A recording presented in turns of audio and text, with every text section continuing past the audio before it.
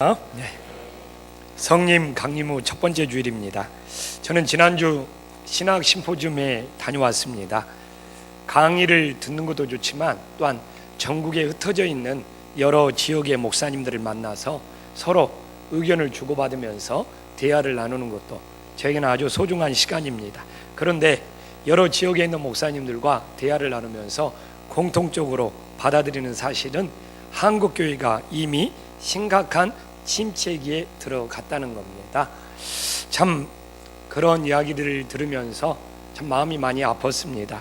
그럼에도 불구하고 뚜렷한 대책 없이 교회가 예전의 습관만 반복하고 있어서 참 어찌 할지 도파 얼굴을 못 찾고 있는 것이 지금의 우리네 현실이라고 합니다.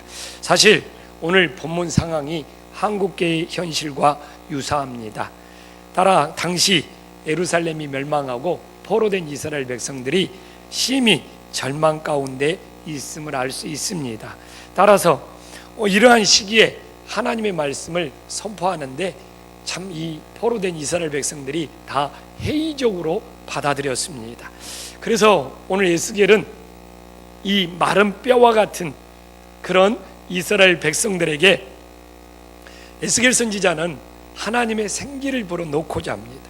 그래서 말씀을 통하여 하나님의 생기를 불어넣어서 그들을 회복시키고자 하는 그런 하나님의 말씀을 선포하고 있습니다. 우리도 혹시 우리의 신앙이 침체되어 있고 우리들의 신앙이 절망 가운데 있다면 오늘도 하나님의 말씀의 생기가 우리 안에 들어와서 회복의 시간, 하나님 안에서 다시 한번 일어설 수 있는 복 있는 시간이 될 수 있기를 주님의 이름으로 간절히 축원합니다. 하나님은 에스겔을 골짜기로 데리고 가서 포로된 이스라엘 백성의 현실을 오늘 1절에서 보여주고 있습니다. 이렇게 골짜기로 데려가서 이스라엘 백성들의 현실을 보는데 2절에 보니까 구체적으로 이스라엘 백성들의 상태가 나오고 있습니다. 우리가 한 목소리로 다 함께 읽어보겠습니다. 나를 그 뼈 사방으로 지나가게 하시기로 본즉 그 골짜기 지면에 뼈가 심이 많고 아주 지금 이스라엘 백성들의 현실은 마른 뼈들처럼 심한 좌절과 절망 가운데 있으며 소망이 없다는 것을 우리들이 어렵지 않게 짐작할 수 있습니다. 이런 이스라엘 백성들의 현실을 보여주면서 하나님께서는 에스겔에게 3절에 질문을 합니다. 참 난처한 질문이죠. 이 뼈들이 살아날 수 있겠느냐 이렇게 질문을 합니다. 그런데 이 질문에 대해서 에스겔은 yes, no 이런 답변을 하지 아니하고 여호와여 주께서 아시나이다 이렇게 답변을 하고 있습니다. 여러분, 에스겔의 가장 중요한 핵심은 하나님의 주권 신앙입니다. 오늘도 이 에스겔의 답변 속에서는 철저한 하나님의 주권 신앙이 담겨져 있습니다.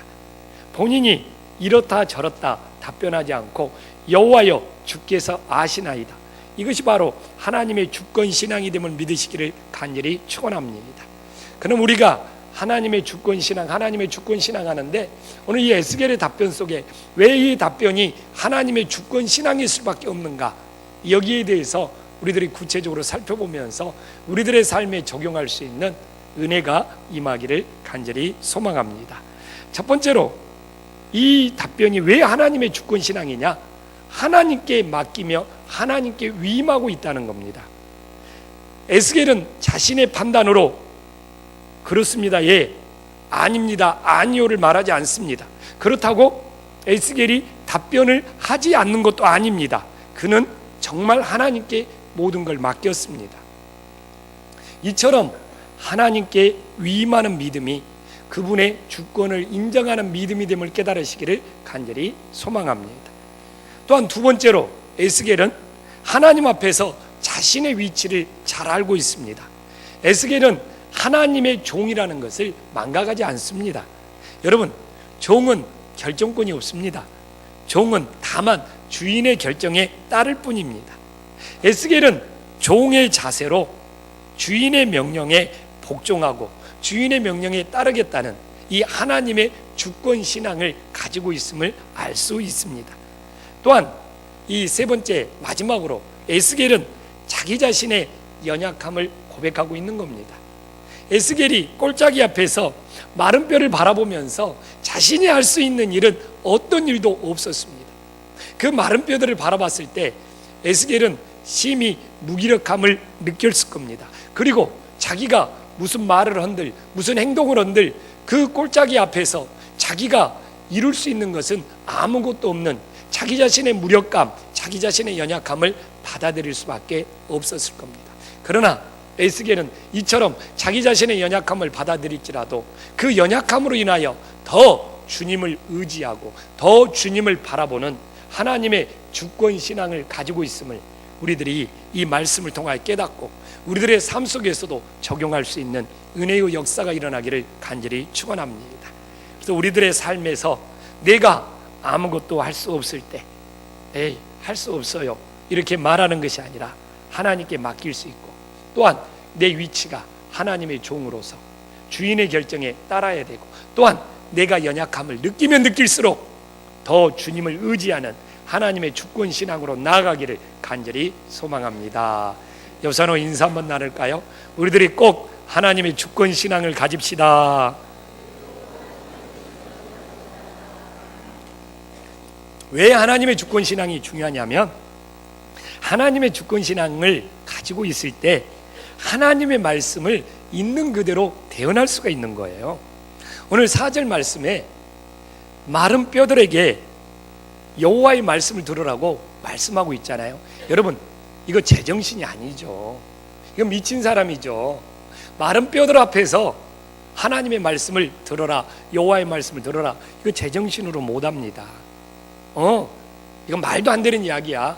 자기 자신의 판단이나 자기 자신의 생각이 들어가면 하나님의 말씀을 있는 그대로 대언할 수가 없습니다. 이거 정말 바보짓이거든요. 그런데 에스겔이 대언하는 걸 보면서 대언자는 자신의 판단이나 자신의 생각을 내려놓고 하나님의 말씀을 있는 그대로 전해야 된다는 것을 우리들이 알 수가 있습니다. 그래서 대언자의 사명은 뭐예요? 자신을 나타내는 것이 아니라 하나님을 나타내는 것이 목적이 되어야지만이 대언자의 사명을 잘 감당하고 있는 것입니다. 저도 이 에스겔 말씀을 묵상하면서 내 자신이 지금 이 설교 강단에서 하나님의 말씀을 있는 그대로 잘 대언하는지 어찌 제 자신을 돌아보지 않을 수 있겠습니까? 그런데 대언자의 사명을 잘 감당하기 위해서 하나님이 주시는 감동은 내 자신의 생각, 내 자신의 판단, 내 자신의 아지, 내 자신의 고집이 얼마나 죽느냐에 따라서 하나님의 말씀을 대언할 수 있다는 겁니다.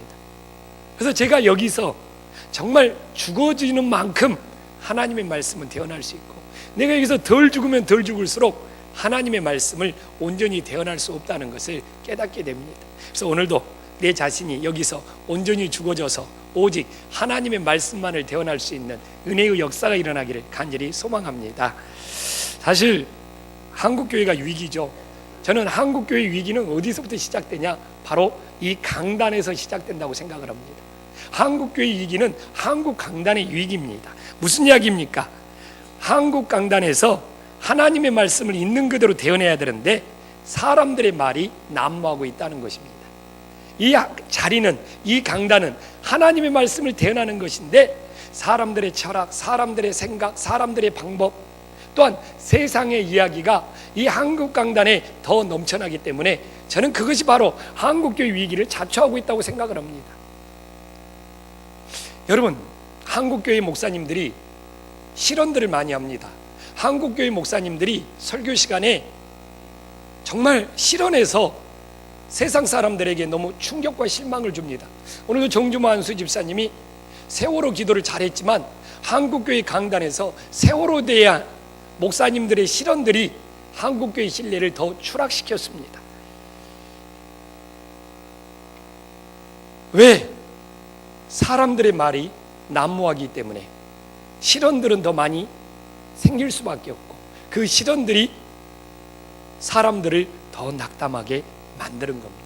그래서 저는 한국교회 회복은 어디서부터 시작돼야 되냐? 바로 한국교회 강단에서 사람의 말들이 아니라 하나님의 말씀을 있는 그대로 대언할 때 이 땅의 교회들이 다시 회복되는 은혜의 역사가 임하기를 간절히 소망합니다. 에스겔이 아니라다를까 하나님의 명령대로 대언할 때 어떤 일이 일어났습니까? 하나님의 말씀이 있는 그대로 대언할 때 오늘 7절에 보니까, 우리 7절 말씀 다 함께 한 목소리 읽어보겠습니다. 이에 내가 명령을 따라 대언하니 대언할 때 소리가 나고 움직이며 이 뼈 저 뼈가 들어맞아 뼈들이 서로, 하나님의 말씀을 대언하니까 불가능했던 상황이 하나님의 말씀이 살아 역사함으로 뼈들이 소리가 나고 움직이며 서로 연결이 되고 있습니다. 여러분, 하나님의 말씀이 살아 역사할 때 세 가지 현상이 나타난다는 겁니다. 오늘 7절 말씀을 보면 하나님의 말씀이 살아할 때 세 가지 역사, 뭡니까? 먼저는 뼈들이 소리가 난다는 겁니다. 두 번째는 뼈들이 움직인다는 겁니다. 세 번째는 뼈들이 서로 연결된다는 겁니다. 여기에 우리를 회복시키는 하나님의 놀라운 영적인 신비가 있습니다. 여러분, 제일 먼저 뼈들이 소리가 났다는 것은 무엇입니까? 하나님의 말씀을 듣고 반응하기 시작했다는 겁니다. 죽어있는 것은 소리가 나지 않습니다. 소리가 난다는 것은 살아난다는 것이죠. 이제 뼈들이 살아나기 시작한 것입니다. 그러나 소리만 나는 것으로 멈춰서는 안 되는 것입니다. 만약 소리만 나는 것으로 멈춘다면 시끄럽게 할 뿐이죠. 교회에서도 여기저기 다니면서 소리만 내고 있다면 교회를 혼란스럽게 하고 많은 사람들에게 상처를 줄 수가 있죠. 그렇기 때문에 두 번째로 뼈들이 움직였습니다. 하나님의 말씀을 듣고 뼈들이 실제적으로 움직이기 시작했습니다. 교회에도 움직이는 뼈들이 있어야지 하나님의 교회는 든든히 세워지는 겁니다. 그러므로 소리가 나는 것으로 멈추지 않고 이 소리 나는 것은 무엇으로요? 움직이는 것으로 나타나야 한다는 겁니다. 우리들이 소리를 내는 만큼 움직이지 않는다면 바리새인의 신앙처럼 외식하는 신앙이 되는 것입니다. 그렇기 때문에 소리를 내는 만큼 움직일 때 그 신앙을 무슨 신앙? 균형 잡힌 신앙이라고 하는 겁니다. 그리고 소리 내는 것보다 본인이 더 많이 움직일 수 있다면 그 신앙은 성숙한 신앙이 되는 것이죠. 그렇기 때문에 우리가 소리를 낸다는 것은 그만큼 움직여야 된다는 책임감이 있음을 우리는 깨달아야 합니다. 정말 소리만 내놓고 움직이지 않는다면 그 사람은 외식하는 신앙, 무책임한 신앙이 될 수 있음을 오늘 에스겔은 우리들에게 말씀해주고 있는 것입니다. 그런데 세 번째로 뼈들이 서로 연결되었다고 합니다. 여기서 서로 연결되었다는 것은 뼈들이 제 위치, 제 자리를 찾아갔다는 것을 의미하고 있습니다. 그런데 이 움직이는 것도 따로 움직여서는 안 된다는 것을 말씀해주고 있지 않습니까? 이 뼈들이 움직이면서 서로 연결되어서 제 자리를 찾아갈 때만이 온전히 회복될 수 있고 온전히 살아날 수 있음을 우리들에게 보여주고 있습니다. 그래서 교회에서 우리들이 섬기고 봉사하고 일하는 것들이 정말 서로 연결되지 아니하고 각자 따로따로 한다면 정말 아름다운 열매를 맺을 수가 없음을 보여주고 있습니다. 그래서 교회의 각 부서 다 지체의식을 가져야 되지 않습니까? 하나님의 지체가, 한 몸의 지체가 서로 연결되어야지만이 우리들이 열매를 맺을 수 있는 것처럼 우리 부서 그냥 따로야 각자 따로 움직인다면 오히려 아무런 하나님의 역사가 일어나지 않고 오히려 서로 충돌하고 부딪힐 수 있음을 보여주고 있습니다. 그래서 소리가 나는 것이 소리 나는 만큼 움직여야 되고 그 움직이는 것도 바로 제 위치를 찾아서 서로 연결이 돼야지 한 지체로서 한 몸으로서 회복되고 있다는 것을 에스겔은 우리들에게 말씀해주고 있습니다. 그러므로 우리가 이 말씀을 보면서 우리 김포한신교회가 서로 지체의식을 가지고 소리 내는 만큼 움직이고 움직이는 만큼 서로 연결이 되어서 하나님의 뜻을 이뤄가는 하나님의 목적을 이뤄가는 은혜로운 교회가 될 수 있기를 간절히 소망합니다. 옆 사람하고 인사 한번 나누겠습니다. 꼭 서로 연결되는 믿음이 됩시다.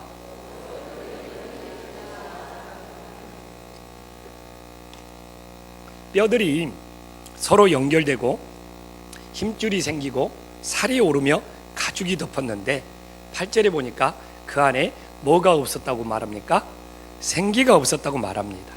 그러니까 10절에 에스겔이 하나님의 명령대로 대언을 하니까 생기가 그 속에 들어가니까 살아나서 일어났다고 말씀을 또 10절에 하고 있습니다. 그럼 우리가 여기서 생기는 무엇을 의미합니까? 그냥 너무나 많은 사람들이 생기는 성령이다, 성령이 그 안에 들어갔다, 이렇게 너무 쉽게 답변하는 것 같아요. 그런데 이 생기를 성령으로 말하기에는 근거가 부족함을 우리들이 알 수 있습니다. 먼저 우리들이 9절에 보면 이 생기가 사방에서 왔다고 말하고 있습니다. 그러나 성령은 사방에서 오시는 분이 아니죠.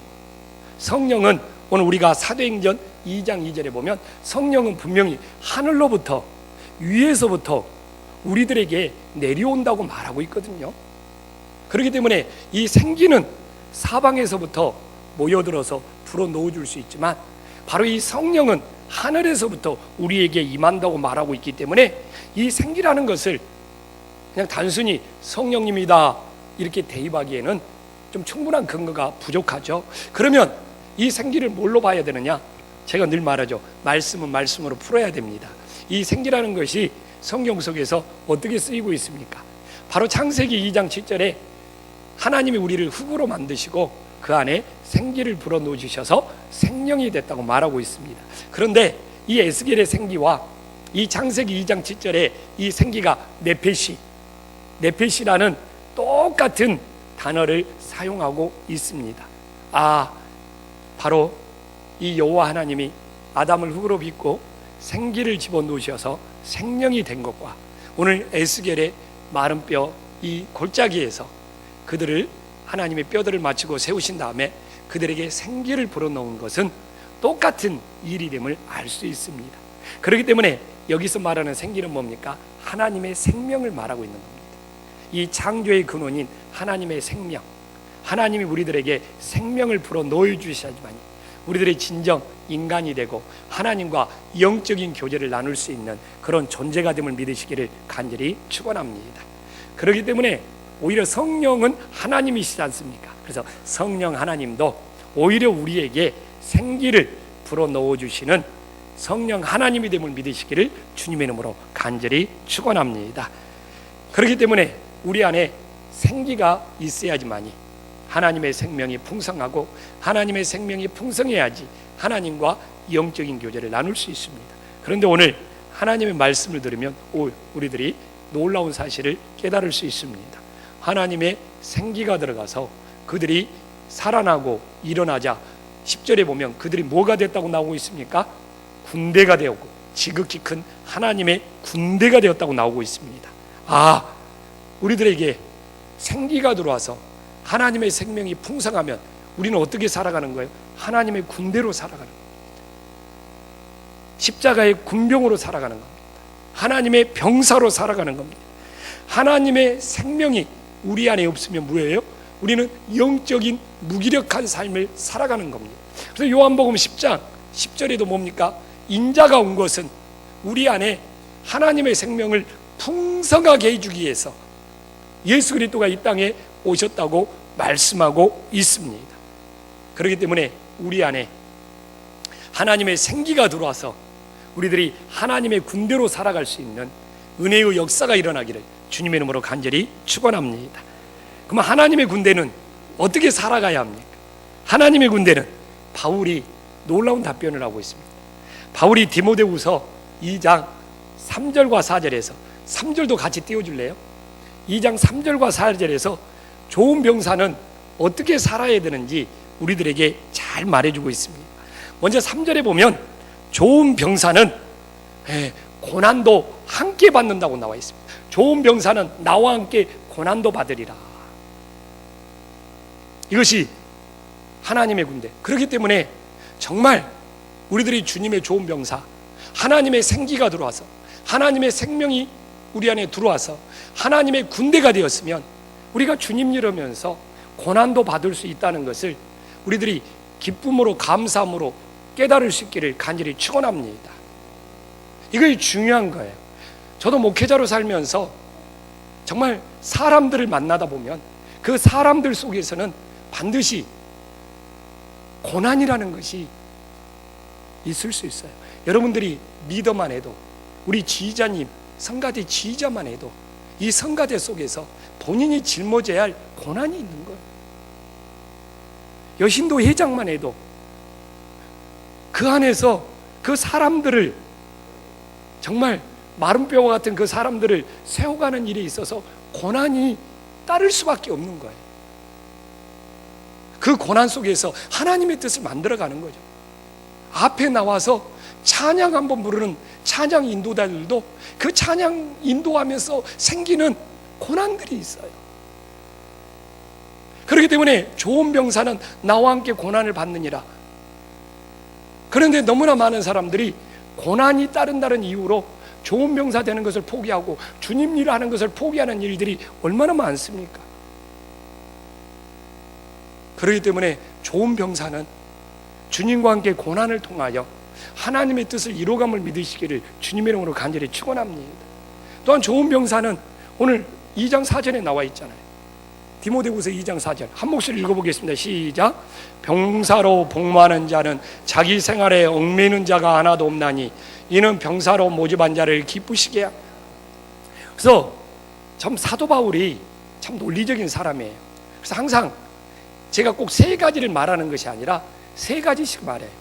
처음에는 좋은 병사는 고난도 함께 받아야 된다. 두 번째는 뭡니까? 좋은 병사는 뭡니까? 자기 생활에 얽매이는 자가 하나도 없다는 거죠. 이게 자기 생활에 얽매이다 보면 주님을 따를 수가 없다는 것입니다. 오늘도 신앙생활에 제일 걸림돌은 뭡니까? 자기 생활에 얽매이는 거예요. 자기 생활에 얽매이니까 뭐예요? 주일날도 지키기 힘들어요. 자기 생활에 얽매이니까 매일매일 말씀 보기가 힘듭니다. 자기 생활에 얽매이니까 기도하기가 힘들어요. 자기 생활에 얽매이니까 하나님 앞에 섬기고 봉사하는 것도 힘들어요. 우리가 한평생 내 생활에 얽매여 있으면 그건 신앙생활하는 일에 가장 큰 걸림돌이 되고 방해가 됩니다. 내 생활에 얽매이는 것보다 주님을 따르는 것이 먼저가 되었을 때 그리스도의 좋은 병사가 될 수 있는 거예요. 여러분, 오늘도 여기서 예배드리지만 자기 생활이 없는 사람이 누가 있습니까? 그러나 우리가 신앙생활하면서 늘 자기 생활에 끌려다니고 자기 생활에 얽매여 있으면 우리가 주님 앞에 정말 좋은 병사로서 할 수 있는 것이 뭐가 있습니까? 자기 생활에 끊임없이 얽매여 들어가면 들어갈수록 하나님과 멀어질 수밖에 없는 거예요.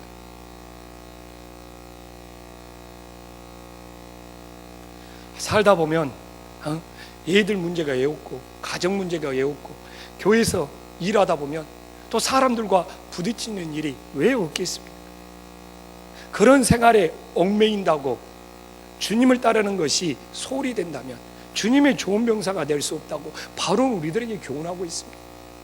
우리들이 끊임없이 우리는 이 육신이 살아있는 동안 우리 생활에 얽매일 수밖에 없습니다. 그러나 우리 생활에 얽매이는 것보다 우리들이 늘 주님을 따르는 것이 먼저가 되어야 되겠다, 이 믿음이 있을 때만이 우리의 신앙이 세워짐을 깨달으시기를 간절히 축원합니다. 또한 뭐라고 말합니까? 바울은 세 번째로 병사로 모집한 자를 기쁘게 하려 함이라 라고 말씀하고 있습니다. 진짜 그리스도의 좋은 병사는 주님을 기쁘게 해드린다는 것이죠. 우리는 오늘도 돌아봐야 됩니다. 내 예배가 하나님을 기쁘게 해드리고 있는가? 오늘도 한 주간의 우리들의 삶이 정말 주님을 기쁘게 해드렸는가? 여러분, 이 생각 한번 하느냐 안 하느냐가 엄청난 차이가 있습니다. 너무나 많은 사람들이 늘 하나님 앞에 나와서 무엇을 얻을까? 응?